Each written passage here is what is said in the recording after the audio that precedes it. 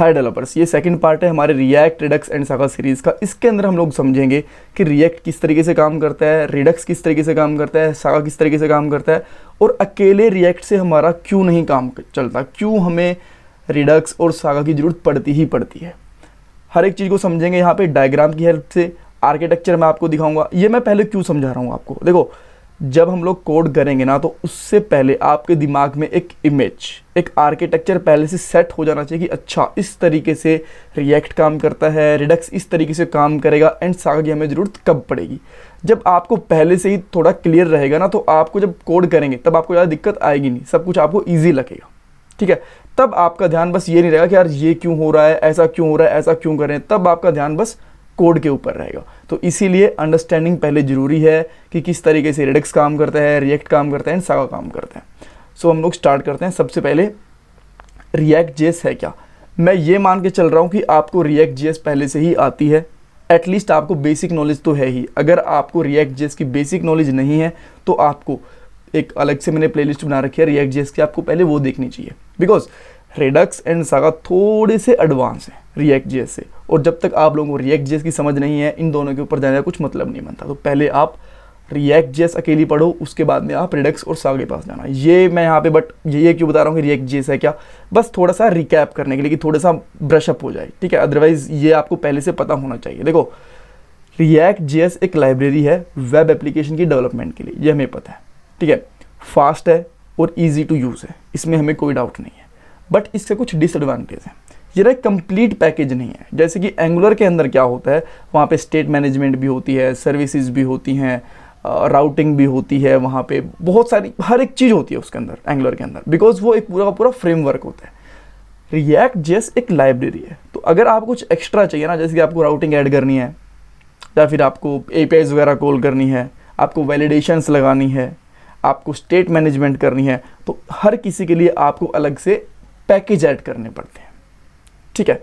सो और इसका सबसे बड़ा एडवांटेज क्या है रिएक्ट जेएस का, ये है इसके अंदर ना स्टेट मैनेजमेंट नहीं है। अब स्टेट मैनेजमेंट क्या है, यानी कि कंपोनेंट के बीच में डाटा शेयर नहीं हो पाता। अच्छे से समझाऊंगा आपको नेक्स्ट वाली स्लाइड के अंदर कि ये डाटा शेयर बिटवीन कंपोनेंट क्या होता है, इस लाइन का लास्ट लाइन का मतलब क्या, मैं अच्छे से समझाऊंगा। बट अभी के लिए आप इतना ध्यान रखो कि रिएक्ट जेएस के अंदर ना कंपोनेंट्स के बीच में डाटा शेयर करना इजी नहीं है। या तो आप कंटेक्स्ट एपीआई के थ्रू करोगे, बट कंटेक्स्ट एपीआई छोटे प्रोजेक्ट के लिए ठीक रहती है। बट जब हमारे पास एक बहुत बड़ा प्रोजेक्ट होता है, हमें A to B, B to C, C to Z, Z to K, बहुत सारे कंपोनेंट में डाटा ट्रांसफर करना पड़ता है ना, तो कंटेक्स्ट एपीआई भी एक अच्छा सोल्यूशन नहीं है। उस टाइम पे हमें रिडक्स की तरफ ही जाना चाहिए। अब मैं आपको थोड़ी सी समझाता हूँ पहले डायग्राम की हेल्प से कि एक्चुअली प्रॉब्लम है क्या, जो मैं आपको लास्ट लाइन में समझा रहा हूँ। देखो एक सबसे पहले मैं आपको एक सिंपल पेज दिखाता हूँ। देखो ये हमारा एक नॉर्मल पेज है, एक नॉर्मल वेब एप्लीकेशन का, ये लोड हो रहा है, ठीक है। अब इसके अंदर आप समझो कि यहाँ पे देखो ये हमारा हेडर कंपोनेंट, आप इसको मान लो कंपोनेंट ए, ये हमारा कंपोनेंट मान लो बी, ये हमारा कंपोनेंट मान लो सी, ये डी, और इस ये भी एक अपने आप में कंपोनेंट है। आप देख सकते हो ये भी अपने आप में एक कंपोनेंट है पूरा का पूरा। इसके अंदर हमने 4 कंपोनेंट ले रखे हैं, जो आपको ये वाला दिख रहा है ना, ये अपने आप में कंपोनेंट है। इसके अंदर हमने 4-5 कंपोनेंट और ले रखे हैं। थोड़ा सा मैं अंडू कर देता हूँ ताकि क्लियर हो जाए, ठीक है। सो इस तरीके से हमारे बहुत सारे कंपोनेंट हैं। तो एक्चुअल प्रॉब्लम आती कहाँ है ना, जब आपको इस कंपोनेंट में से इस कंपोनेंट में डाटा लेके जाना हो, या फिर ये वाला भी अपने आप में कंपोनेंट है, इस कंपोनेंट में से इस कंपोनेंट में डाटा लेके जाना हो, या फिर ये जो कोने वाला कंपोनेंट दिख रहा है ये वाला, इसमें से आपको इस कंपोनेंट में फिर कहीं पे भी डाटा लेके जाना होता था ना, तो रिएक्ट जेएस में बड़ी प्रॉब्लम होती है। अब मान लो कि यहाँ पे जब आप यहाँ पे कोई क्लिक करते हो, इस कंपोनेंट में कोई क्लिक करते हो, ठीक है, यहाँ पे एक ऐड टू कार्ट का ऑप्शन लगा लो आप, ऐड टू कार्ट का। जब आप ऐड टू कार्ट करते हो तो आपने देखा होगा ना ई कॉमर्स वाली साइट के अंदर यहाँ पे काउंट बढ़ जाता है 1 2 3 करके, तो वो हम लोग नहीं बढ़ा पाते। मैंने छोटा सा एग्जांपल दिया और भी बहुत सारे मिल जाएंगे।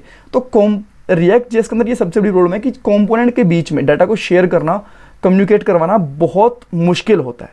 कंटेक्स्ट एपीआई एक सॉल्यूशन है रिएक्ट जेएस के अंदर, बट वो ना जब हमारे पास एक बहुत बड़ी कॉम्प्लेक्स वेबसाइट होती है, वेब एप्लीकेशन होता है, तब एक प्रॉपर सॉल्यूशन नहीं होता। छोटी एप्लीकेशन के लिए वो ठीक है, ठीक है।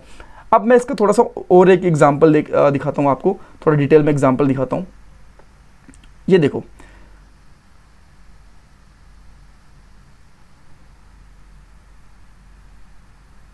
आप यहाँ पे देख सकते हो कि यहाँ पे ना हमारे पास प्रोडक्ट की क्वांटिटी है, ठीक है। जैसे आप इसी क्वांटिटी को इंक्रीज करोगे या फिर इस प्रोडक्ट को यहाँ से रिमूव करोगे तो यहाँ पे जो कॉस्ट है ना वो कम ज़्यादा हो जानी चाहिए, यहाँ पे आप देख सकते हो, ठीक है। यहाँ पे कम ज़्यादा हो जानी चाहिए, बट ये एक अपने आप में एक अलग कंपोनेंट होगा इतना, ठीक है।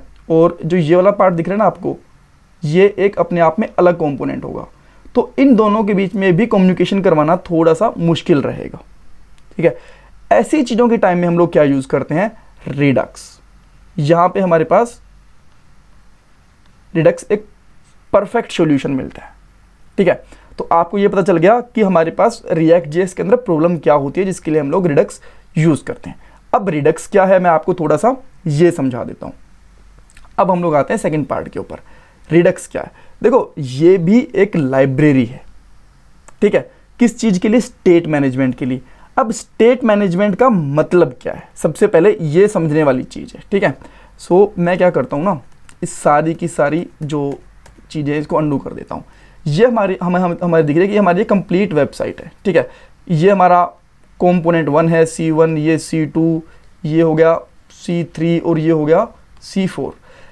इन चारों कंपोनेंट में से अगर हमें एक दूसरे के साथ में कम्युनिकेट करवाना होता है ना तो हम रिडक्स का एक स्टोर बना देते हैं, ठीक है। उस स्टोर में मान लो कि ये रिडक्स है हमारे पास, ठीक है, ये रिडक्स है।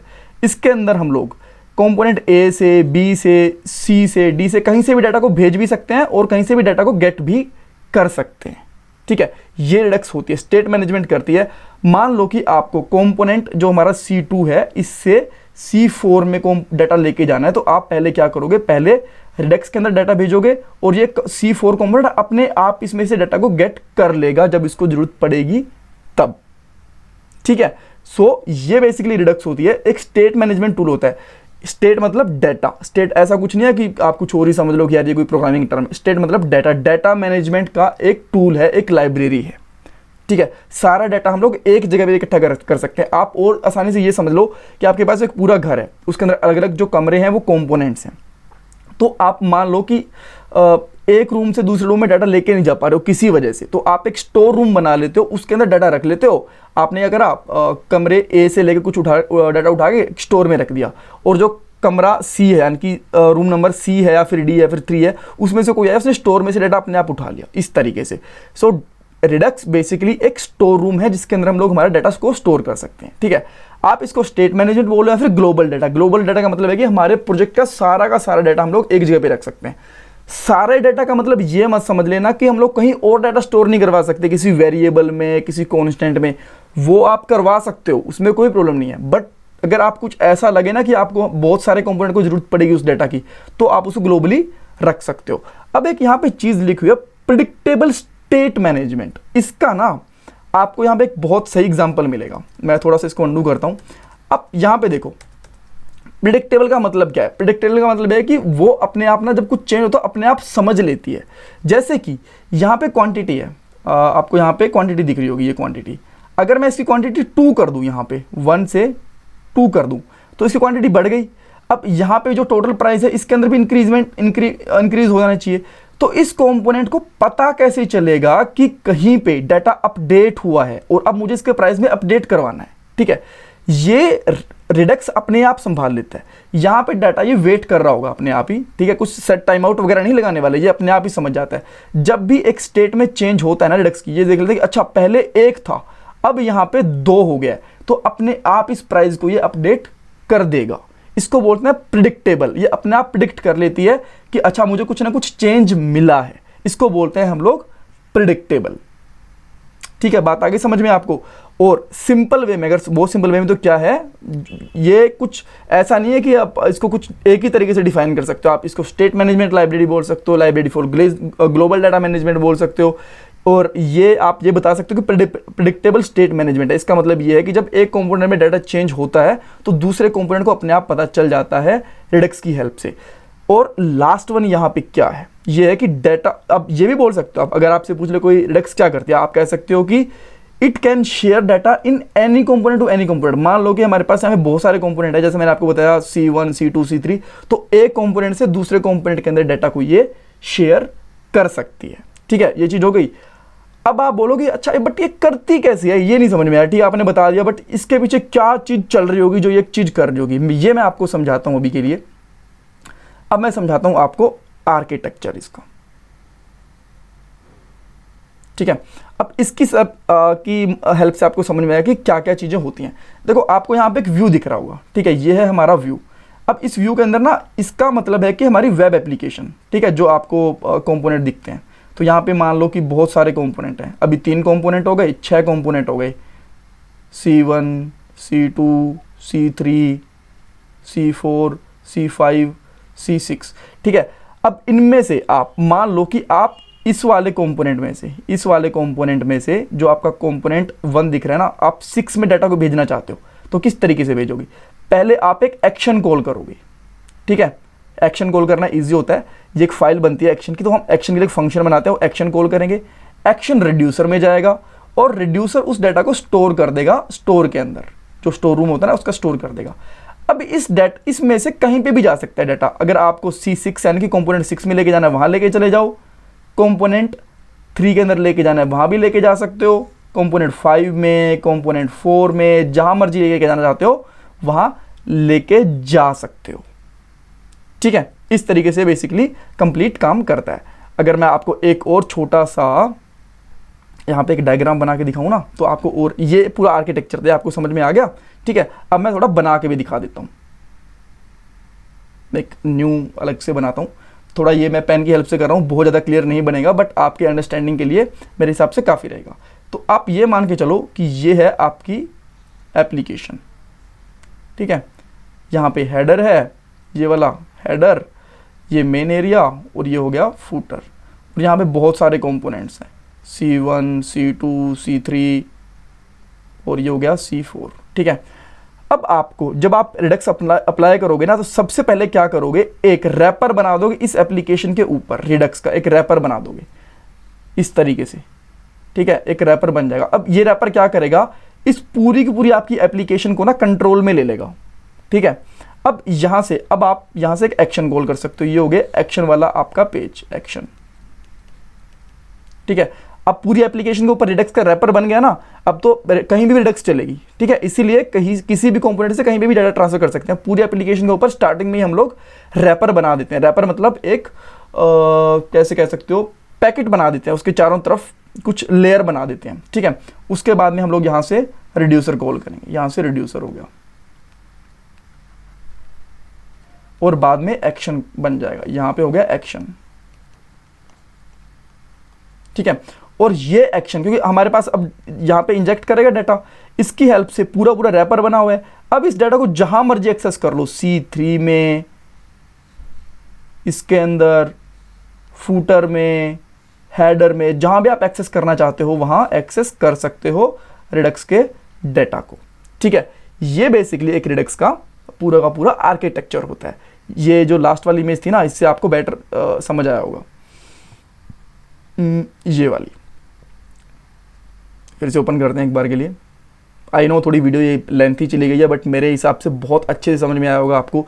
ये व्यू था, व्यू से एक्शन कॉल कर देंगे हम लोग, बिकॉज इसके ऊपर रिडक्स का रैपर बना हुआ है। हर बार जितनी बार भी हमें डाटा चाहिए होगा, डाटा सेंड करना होगा ना, तो हम लोग एक्शन कॉल करेंगे, एक्शन से रिड्यूसर, रिड्यूसर से स्टोर, और बाद में यहाँ पे। डोंट वरी, आप बस ना अभी ये इमेजिन मत करो कि कैसे करेंगे, सब कुछ मैं आपको बताऊंगा। अभी के लिए बस समझ लो कि काम चलता कैसे, ठीक है। जैसे कि आपको गाड़ी चलाने के लिए समझना होता है नहीं, अच्छा पहले एक्सेलेरेटर चलाना होता है, और पहले इग्निशन ऑन करना होता है, बाद में क्लच दबानी होती है, गियर लगाना होता है, एक्सेलेरेटर करना होता है, इस तरीके से इसका भी पूरा प्रोसेस है। बस ये प्रोसेस समझो, इंटरनल काम कैसे होता है मैं आपको आने वाले पार्ट में बता दूंगा, ठीक है। अब आपको रिडक्स भी समझ में आ गया। अब आप बोलोगे सब कुछ तो हो गया, अब ये सागा क्या है, सागा हमें क्यों चाहिए, ठीक है। देखो यहाँ पे क्या है, जो ये डाटा हैंडल होता है ना, जो आपका मैंने पूरा का पूरा दिखाया, यहाँ पे प्रॉब्लम तब आती है जब आप API कॉल करते हो। जैसे ही मान लो क्या हुआ कि आपने एक्शन कॉल करा, एक्शन यहाँ पे आपको API कॉल करनी है, एक API, ठीक है, आपको API कॉल करनी है, बट API ने 30 सेकेंड लेट रिजल्ट दिया, क्योंकि हो सकता है ना कि सर्वर बिजी हो, सर्वर स्लो हो, बहुत ज़्यादा डाटा हो API के अंदर, बट तब तक रिस्पॉन्स आगे जा चुका था। तो उस केस में आप लोग क्या करोगे, ये एसिंक डाटा होता है। पहले हम लोग क्या यूज़ करते थे, प्रोमिस, ठीक है, प्रोमिस यूज़ करते थे, और इसके साथ में हम लोग असिंक अवेट यूज़ करते थे, बट असिंक अवेट, ठीक है, अवेट यूज़ करते थे। बट यहाँ पे दिक्कत क्या है कि स्ट्रक्चर हमारे पास इतना बड़ा है, असिंक अवेट प्रोमिसेस वगैरह लगाने लगा तो हमें बहुत टाइम लग जाएगा। इसके लिए हमारे पास एक सिंपल सॉल्यूशन होता है, वो क्या होता है, वो होता है सागा। सागा एक मिडलवेयर होती है, इसकी एक फाइल बनती है अलग से, उसके अंदर हमारी एपीआईज वगैरह जो भी कॉल करना चाहें वो कॉल कर सकते हैं, उसमें कोई प्रॉब्लम नहीं आती हमें। और बाद में वही डाटा को हम लोग वापस से रिडक्स के अंदर स्टोर करवा देते हैं, ठीक है। अब इसका स्ट्रक्चर क्या रहता है, आप ये बोलोगे कि इसका भी कुछ काफ़ी बड़ा होता है क्या? देखो नहीं, ये बहुत ईजी होता है। जैसा मैंने आपको अभी अभी समझाया था ना रिडक्स का स्ट्रक्चर, अभी मैं एक बार वही ओपन करूंगा, बस इसके अंदर एक पॉइंट ऐड करना होता है और कुछ भी ज़्यादा मुश्किल नहीं है। देखो यहाँ से हम लोग क्या करते थे, व्यू से एक्शन कॉल करते थे, यहाँ से एक्शन से रिड्यूसर, रिड्यूसर से स्टोर और स्टोर से डेटा। जब हम लोग एपीआई कॉल करेंगे ना, एक्शन से हम लोग सागा कॉल कर देंगे, बस सागा। ये हमारी एपीआई यानी कि असिंक डाटा, असिंक डाटा को हैंडल करेगा, एक्शन को वापस लौटा देगा, एक्शन से डाटा लिया, एक्शन से वापस लौटा दिया, और वापस हमारा जो फ्लो चल रहा था वही फ्लो चलता रहेगा। हमारे बहुत सारे कंपोनेंट होंगे, C1 C2 C3, किसी के अंदर भी हम लोग डाटा को भेज सकते हैं। दैट्स ऑल, ठीक है। अब आपको समझ में आ गया रिएक्ट के अंदर प्रॉब्लम क्या थी, कि हम लोग एक कंपोनेंट से दूसरे कंपोनेंट में इजीली डाटा शेयर नहीं कर सकते हैं, बट मुश्किल होता है, ठीक है। उसके लिए हम लोग रिडक्स यूज करते हैं ताकि इजी पड़े, और रिडक्स में जब एपीआई डाटा को हैंडल करना पड़ता तब हम लोग यूज करते हैं सागा को। तो मेरे हिसाब से अब आपको सारी चीजें समझ में आ गई हैं। सागा के लिए कोई क्वेश्चन पूछे कि सागा क्या होता है, रिडक्स क्या होता है, सागा की जरूरत क्यों पड़ती है, प्रिडिक्टेबल का मतलब क्या है, बहुत सारे इंटरव्यू क्वेश्चन क्लियर करे हैं।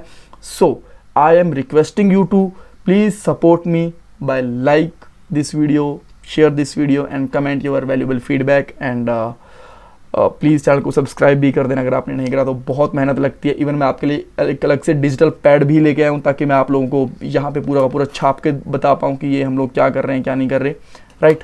सो थैंक यू, और मुझे लगता है कि आप लोगों को समझ में आया होगा, अप्रिशिएट करोगे मुझे। प्लीज़ वीडियो को लाइक तो ज़रूर करना। Thank you so much.